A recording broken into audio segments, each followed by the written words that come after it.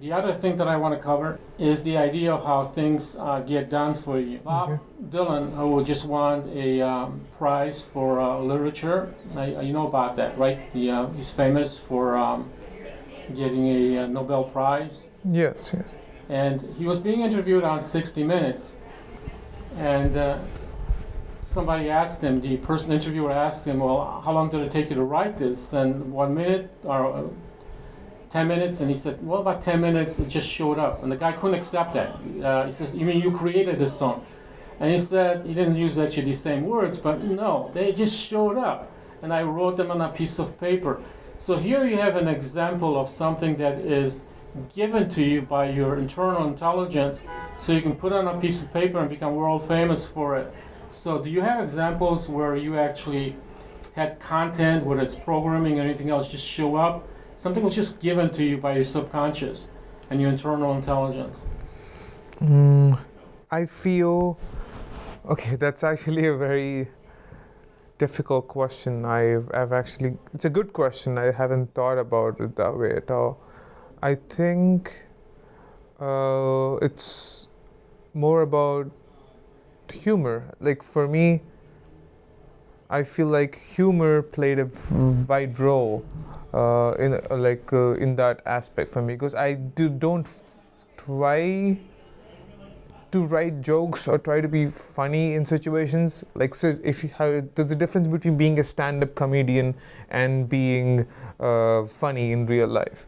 Stand-up comedians can also be funny, but just because you're funny in like normal situations, you cannot be a stand-up comedian.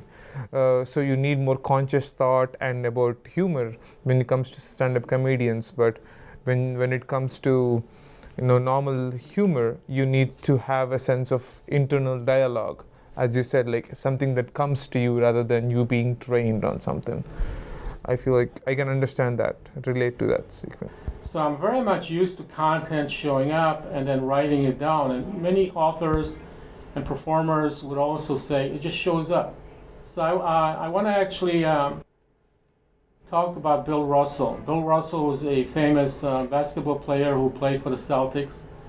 And in his book, Second Wind, he said he discovered that if he watched somebody on the court and closed his eyes, he was actually able to have the same thing he was looking at replay on the back of his eyelids, as if he was watching a video.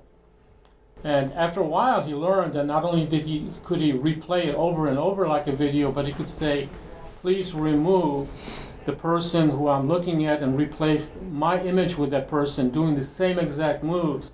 Again, he said, I asked. He didn't say I forced myself, I was concentrating. He said, I asked to have that other person's image disappear to be replaced by my own. Then I would watch it over and over again like a video. Then I would go on the court and do the same move that I was looking at effortlessly. And he said, that's what made me so brilliant on basketball courts, because I could actually train myself in my mind based upon the access of this video. So I'm kind of curious, your opinion about this. What do you think about this? I feel like that's normal. Like I don't feel any. Have you had experiences like that where content like programming language just shows up for you and you say, oh yeah, it's a good idea? Yeah. Like it's all about methodical thinking and step by step and chunking an idea into smaller ideas and executing those smaller steps.